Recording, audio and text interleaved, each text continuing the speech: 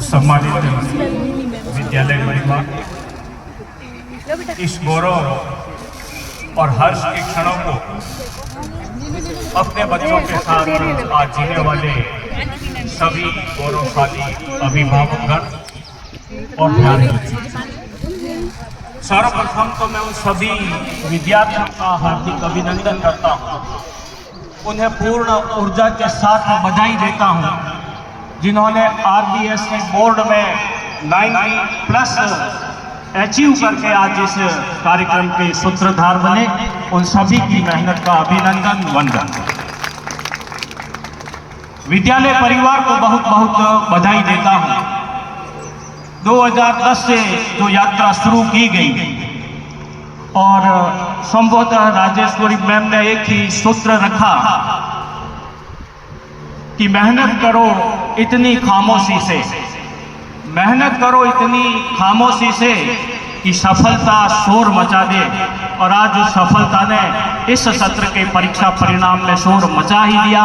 हम विद्यालय परिवार का बहुत ही हार्दिक अभिनंदन करते हैं और बधाई देते हैं।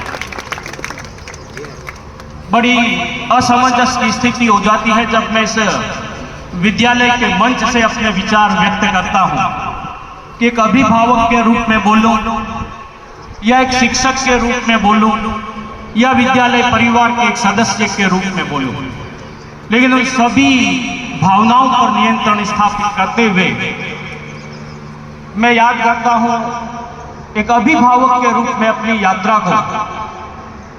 बिटिया वेदिका जो नर्सरी से इस विद्यालय में अध्ययनरत हैं, जब हम किसी भी बच्चे की प्रारंभिक शिक्षा शुरू करते हैं तो अपने शहर में उपलब्ध सभी एजुकेशनल रिसोर्सेज को टटोलते हैं। हम पता करते हैं, विचार विमर्श करते हैं, अच्छा स्कूल कौन सा है, अच्छे टीचर्स कौन से हैं। लेकिन जब मेरी बेटी का एडमिशन करवाना था और मुझे पता लगा कि विनोद जी ने और राजेश्वरी मैम ने अभी टेडी किड्स के नाम से विद्यालय शुरू किया, क्योंकि राजेश्वरी मैम से मैं उनके विद्यार्थी जीवन से ही परिचित था, वे ग्रेजुएशन तक मेरे पास पढ़ी थी, तो मुझे उनकी योग्यता और उनके टैलेंट पर और उनके समर्पण पर भरोसा था। तो बिना कोई चर्चा किए, बिना कोई पूछताछ किए मैंने अपनी बिटिया का प्रथम सत्र में यहाँ एडमिशन करवा दिया। और आज 12 वर्ष बाद या 13 वर्ष बाद एक अभिभावक के रूप में जब मैं पीछे मुड़कर के देखता हूँ तो इस यात्रा से पूर्ण संतुष्ट हूँ, पूर्ण खुश हूँ और बिटिया की प्रोग्रेस से गर्व का अनुभव करता हूँ, क्योंकि आज वो भी 90% अबोव वाली लिस्ट में शामिल थी। तो ये एक विश्वास होता है जो मानक शिक्षा के क्षेत्र में, जो कीर्तिमान, जो प्रतिमान शिक्षा के क्षेत्र में टेडी किड्स विद्यालय ने स्थापित किए हैं। एक बार पुनः मैं इस विद्यालय परिवार का हार्दिक अभिनंदन करता हूँ।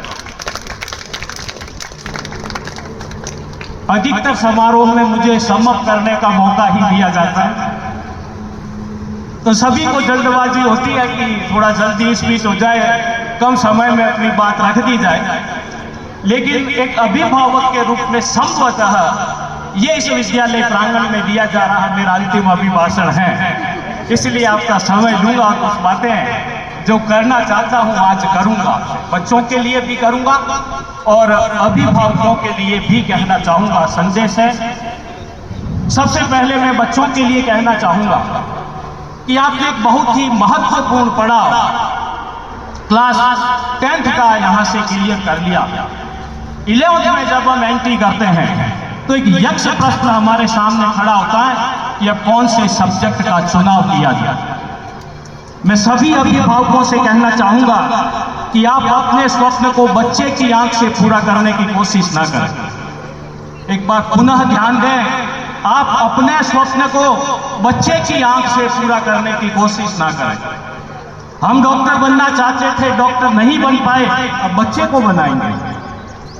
हम प्रशासनिक अधिकारी बनना चाहते थे, नहीं बन पाए, अब बच्चे को बनाएंगे।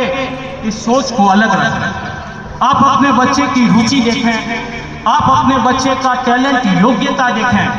प्रत्येक बच्चे को भगवान ने एक विशेष किस्म की योग्यता दी है और उस योग्यता का दोहन शिक्षा के क्षेत्र में तभी होगा जब आप उसे उसकी रुचि के अनुसार सब्जेक्ट दिलवाएंगे। मैं आपको बताता हूँ, मेरी बड़ी बेटी दिव्या व्यास उस समय आज जो है एमए फाइनल कर चुकी है, आखिरी सेमेस्टर है उसका। उस समय उसने 10th बोर्ड में 87% प्राप्त किए थे। और हमारे समाज ने एक क्राइटेरिया सा बना रखा है कि 60% तक आगे आर्ट्स दिला दो, 60 से 80% आगे कॉमर्स दिला दो, 80% से ऊपर आगे साइंस दिला दो। लेकिन मैंने उस बच्ची में एक विशेष योग्यता नोट की कि उसके याद करने की क्षमता बहुत बड़ी है, इसी कारण वो परसेंटेज ला रही है। वो किसी भी विषय वस्तु को याद कर लेती है, और ये याद करने का उसका गुण न तो साइंस में उपयोगी था, न कॉमर्स में उपयोगी था।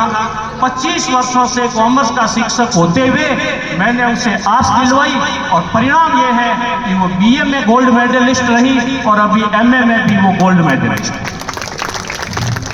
तो अभिभावकों से मैं ये कहना चाहूंगा कि वो बच्चे की योग्यता के अनुसार विषय का चुनाव करें, उसे सपोर्ट करें, उसके साथ चलें। अब आप अभिभावक नहीं रहे, अब आप बच्चों के मित्र हो गए हैं जब वे क्लास 11 में आ गए। ये गांठ बच्चों को मैं ये कहना चाहता हूं कि आप लेडी किड्स स्कूल में पढ़ रहे हैं, इसके पीछे आपके माता पिता की बड़ी मेहनत है, बड़ी तपस्या है, बड़ी साधना है, तब आप इस स्तर के विद्यालय में पढ़ पाते हो। पढ़ करके परिणाम देना ये आपका दायित्व है। अब 11 से आप जो भी सब्जेक्ट का चुनाव करते हैं, चाहे साइंस लेते हैं, चाहे कॉमर्स लेते हैं, चाहे आर्ट्स लेते हैं, उस नए विकल्प भी अब होंगे। लेकिन आपको उस क्षेत्र में टॉप पर रहना है, ये ध्यान रखना। सर्वोच्च स्थान हमेशा रिक्त होता है, चोटी का स्थान सदैव खाली होता है, और आप उस खाली स्थान पर जाकर के बैठो तो आपके माता पिता का जो स्वप्न है, जो माता पिता ने आपके लिए किया है, वो आप उसको शिक्षा के माध्यम से लौटा पाएंगे। एक और मैसेज मैं देना चाहता हूं, जो भी अभिभावक यहाँ बैठे हैं, आप लोगों ने नोटिस किया या नहीं किया, मैं बहुत ध्यान से देख रहा था कि 90% प्लस 9 विद्यार्थी रहे। 9 विद्यार्थी थे अभी तो 90% प्लस रहे, लेकिन उसमें नोटिसेबल चीज क्या था, उसमें ध्यान देने योग्य विषय क्या था? उसमें 7 बेटियां थी और 2 ही बेटे थे। ताली बनती है बेटियों।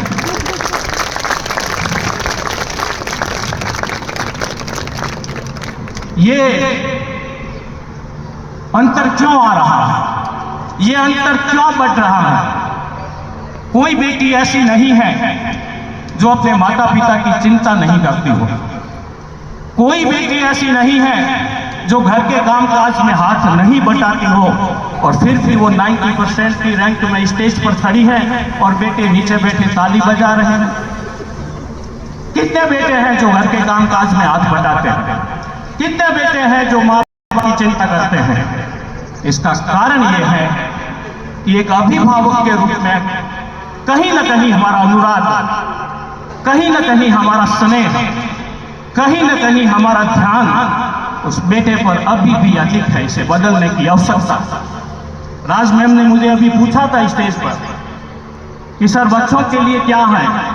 मैं बेटियों के लिए लाल बत्ती की गाड़ियां इंतजार कर रही है, और बेटों के लिए रसोई के चौके और बर्तन इंतजार कर रहे हैं।